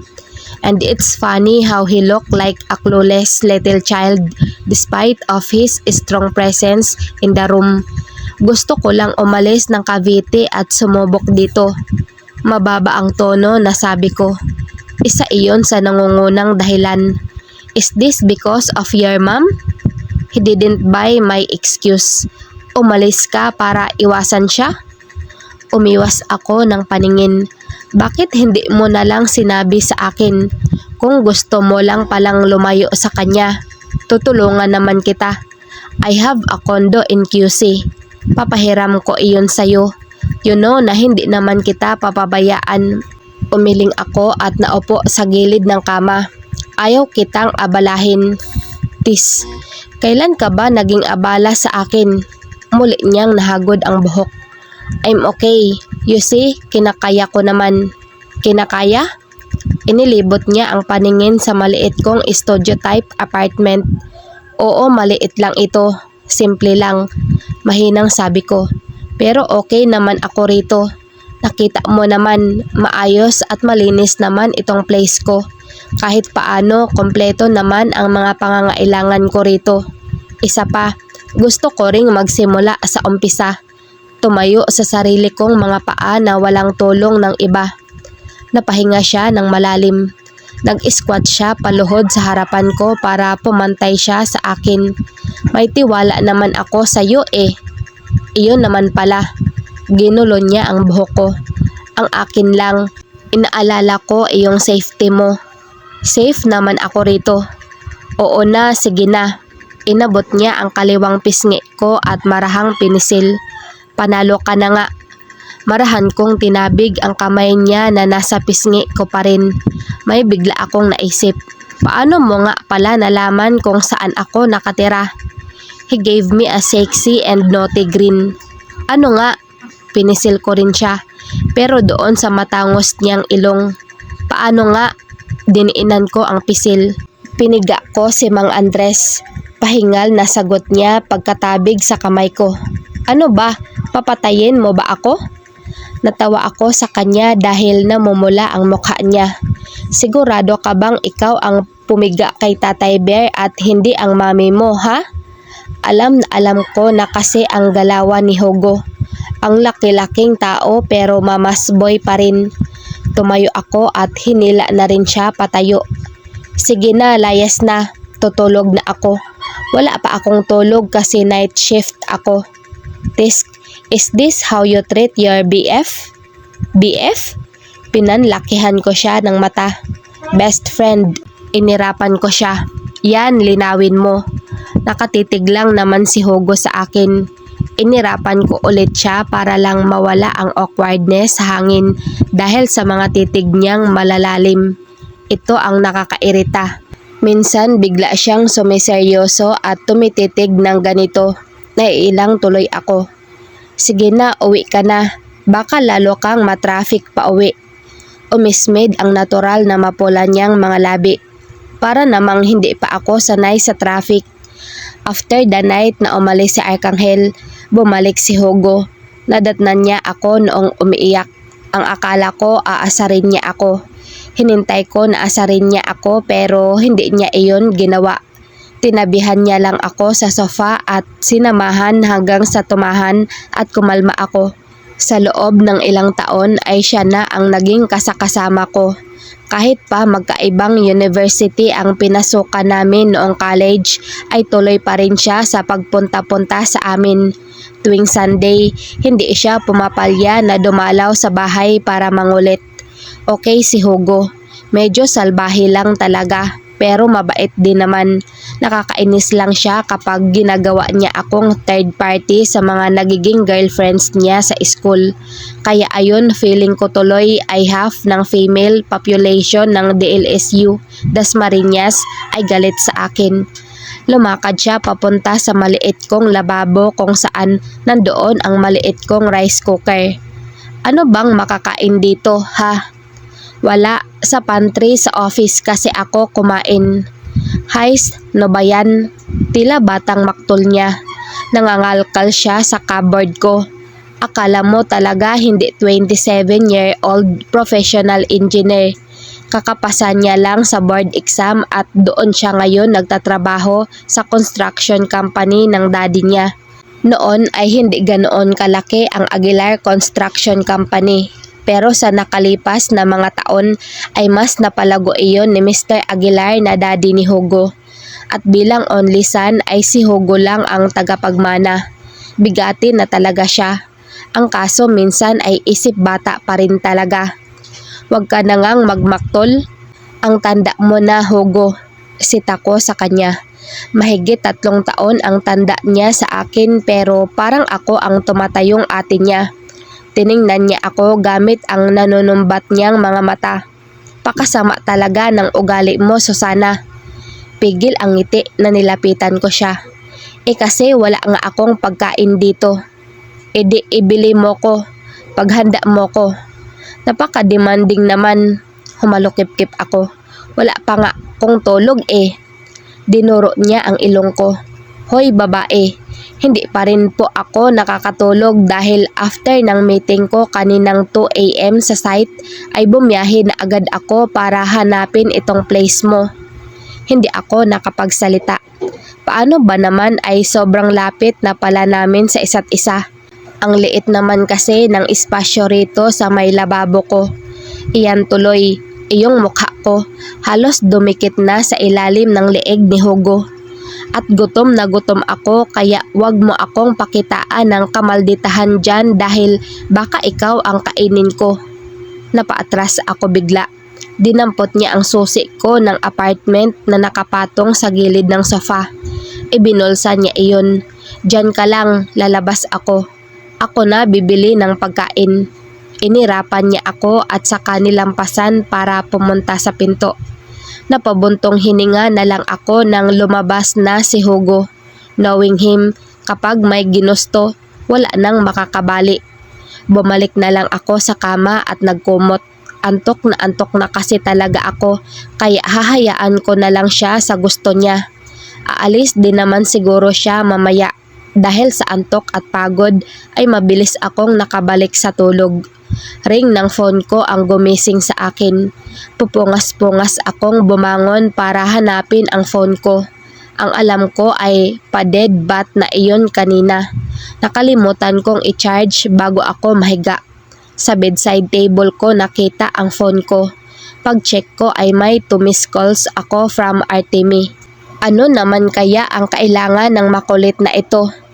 Ibabalik ko sana ang phone sa bedside table nang mapansing full bat iyon.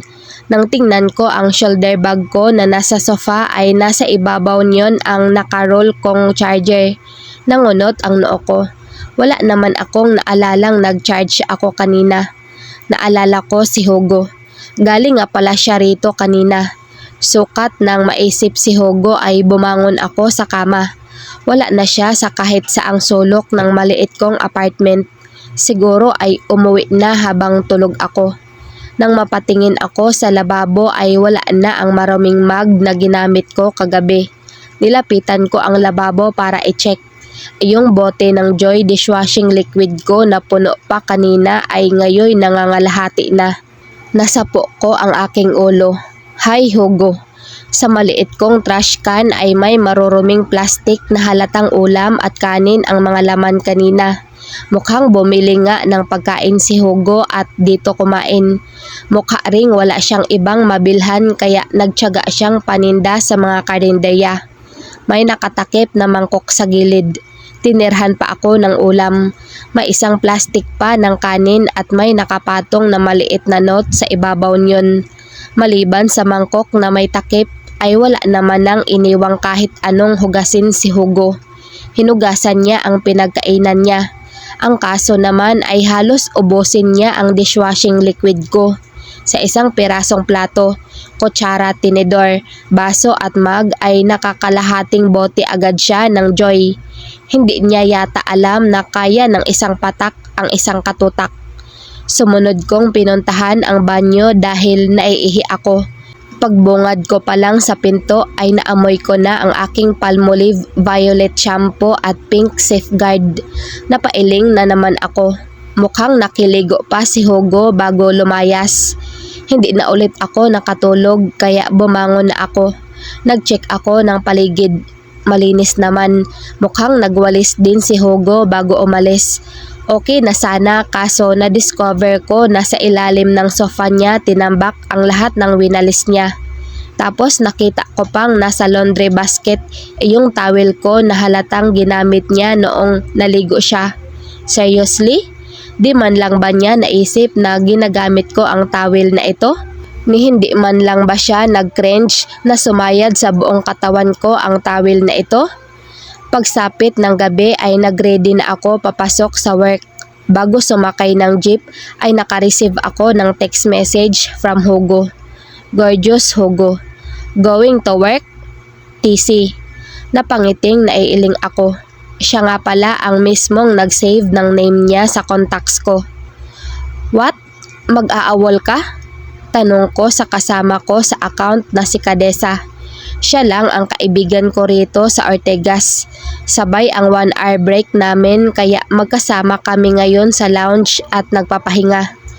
Oo, kinuha ko lang talaga iyong sahod ko. Lilipat na ako sa Makati. Mas malaki offer lalo na may experience na ako. 30k plus incentives. Mas marami ring benefits. Free coffee pa. Bakit hindi ka na lang mag-resign ng maayos kaysa mag-awol? Isa sa mga bagay na hirap akong intindihin sa BPO industry ay kung bakit uso ang pag-aawol ng mga ahente samantalang pwede namang mag-resign ng maayos. Sumandal si Kadesa sa leather sofa na kinauupuan namin. Off ko kahapon kaya nakapag-apply na agad ako sa iba. Natanggap ako at start na agad ng training next week. Kung magre-resign ako, ilang araw pa aabutin ang pagre-render. Sayang lang kasi may 5 months experience ka rin dito. Pandagdag din iyon. Pangit nga sa record yung 5 months lang Sa kahayaan mo na. Ayaw ko na rin kasi talaga rito. Actually, sa Makati rin kasi yung jowa ko. Kaya naisipan ko na ring lumipat doon. Isang company kami. Nilingon ko siya.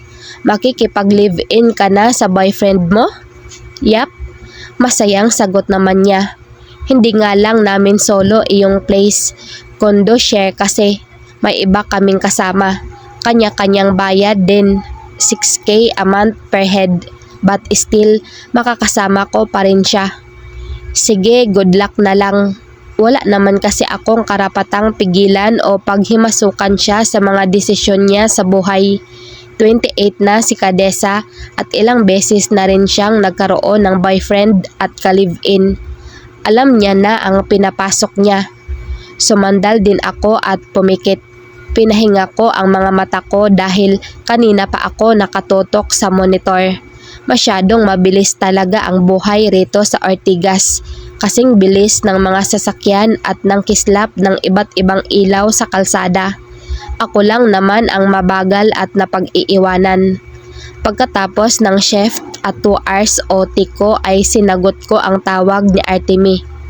Ang aga naman, bungad ko sa kanya. Naka-wireless earphones ako kaya okay lang na maglakad habang may kausap since nasa loob naman ng bag ko ang phone ko. Dahil off ko na today ay hindi muna ako uuwi. Nag-OT kasi ako kaya naubos ang antok ko sa kape. Diretso muna ako ngayon sa Robinsons Galleria para magpaantok at para bumili na rin ng bagong jeans. Maluluwag na kasi ang mga jeans ko kaya plano kong bumili kahit isa. Anong maaga ka riyan? 10 na te. Binatang binata ang boses ni Artemy. Buong buo. Hindi mo aakalaing maloko. Para tuloy hindi siya iyong makulit na nakaka-text ko. Ano bang kailangan mo ha at tumatawag ka?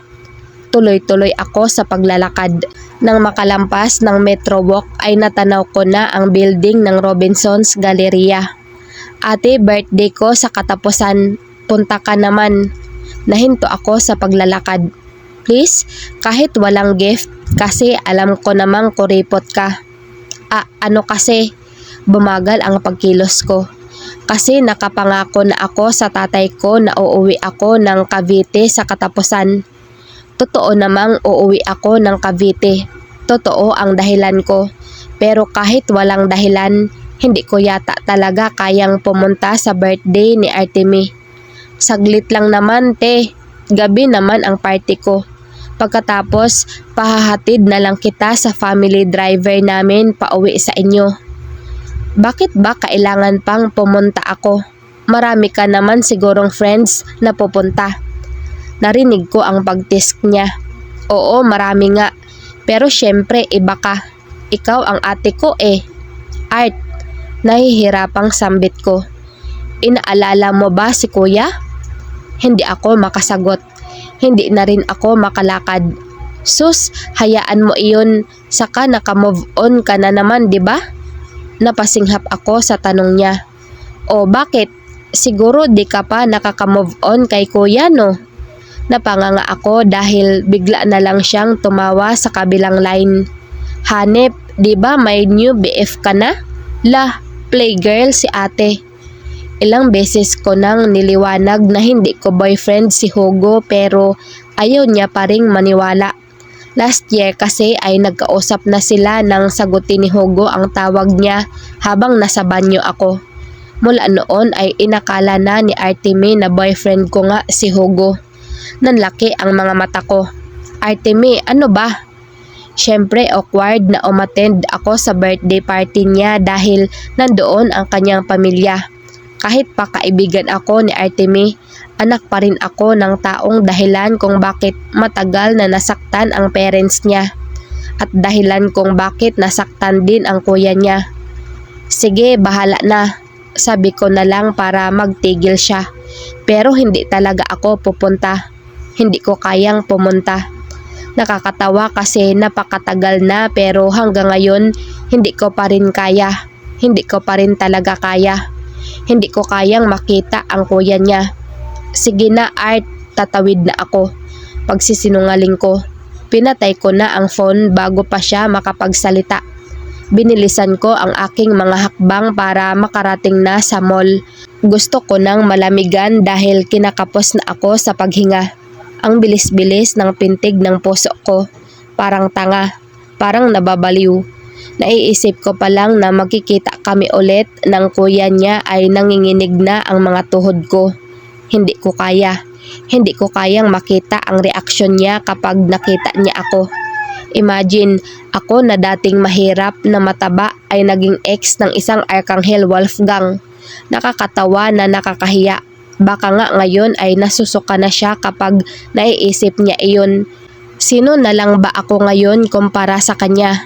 Bukod sa saksakan na siya ng gwapo at yaman, sigurado rin na nag-iba na siya ng pananaw at ugali. Hindi ko talaga kayang makaharap siya. Baka himatayin ako bigla. Baka pag nagkita kami, hindi na ako abutin pa sa ospital. Diretso na sa morgue dahil dead on the spot na agad ako. Pagkarating sa Robinson's Galleria ay saktong nagpapapasok na ang guard sa lobby. Pumasok na ako at naglakad-lakad sa loob. Nagmuni-muni, nagpakalma. Pumesto ako sa bench na katapat ng patay na fountain at ilang minuto na tumulala roon. Nagring na naman ang phone ko. Tumatawag naman ngayon si Hugo. When is your off? Bakit? I had something else planned for my off. To rest and to sleep. Nasa Manila ako ngayon till tomorrow. Baka gusto mong gumala. Ngumiti ako kahit hindi niya naman nakikita. Mas gusto kong matulog kaysa gumala eh. E di Netflix and chill na lang. Pili ka, sa place mo o sa kondo ko sa QC. Tumayo na ako mula sa bench. Nakita mo namang wala akong TV sa apartment ko. E di bili tayo. Ikaw na mapera, Engineer Hugo Emmanuel Aguilar. Naglight na ang mood ko. Naglalakad ako habang kausap si Hugo. Dahil naka-wireless earphones plus nakabagsak sa balikat ang buhok ko ay mukha tuloy akong baliw na nagsasalita mag-isa rito. Sige na, sa kondo ko na. Basta ba-behave ka lang. Ako pa talaga? Just promise me that you'll behave. Papayag na ako na kahit sa mismong kwarto ko pa sa kondo tayo mag-chill. Pangiti-ngiti ako habang patuloy sa paglalakad. Magaling talaga sa pagganyan si Hugo kaya ang dami niyang babae. Minsan pa ay nakakalimot yata siya. Kaya pati sa akin ay nagagamit niya na naman. Ewan ko ba sa lalaking ito. Hindi mapermi. Mabuti na lang talaga kasi nasanay na ako sa kanya. Tisk. Ikaw kasi ayaw mo pang aminin na matagal ka nang may pagnanasa sa akin. Habang naglalakad ay hulog na hulog ako sa pagkikipag-usap kay Hugo. Kaya hindi ko na napansin na may kasalubong akong tatlong lalaking naka-business suit. Tumigil ka nga, salita ko habang naglalakad. Ang dalawa sa lalaking kasalubong ko ay pumasok sa TGI Friday restaurant na nasa gilid. Ang isang lalaki ay tumigil. Hugo was laughing on the other line. Come on, admit it. Malay mo naman type rin kita. Swerte mo nun, Susana. Umikot ang bilog ng mga mata ko sa sinabi niya. Umiwas ako sa lalaking kasalubong ko saka nagsalita. Alam mo, hindi ka pa rin talaga nagbabago. Bakit hindi ikaw ang umami na hanggang ngayon patay na patay ka pa rin sa akin? What? Napakurap ako nang marinig ang boses. Hindi kasi iyon boses na mula sa wireless earphones ko. Nang tumingala ako sa matangkad na lalaking katabi ko ay halos lumuwa ang mga mata ko. What did you say? he said in a deep baritone.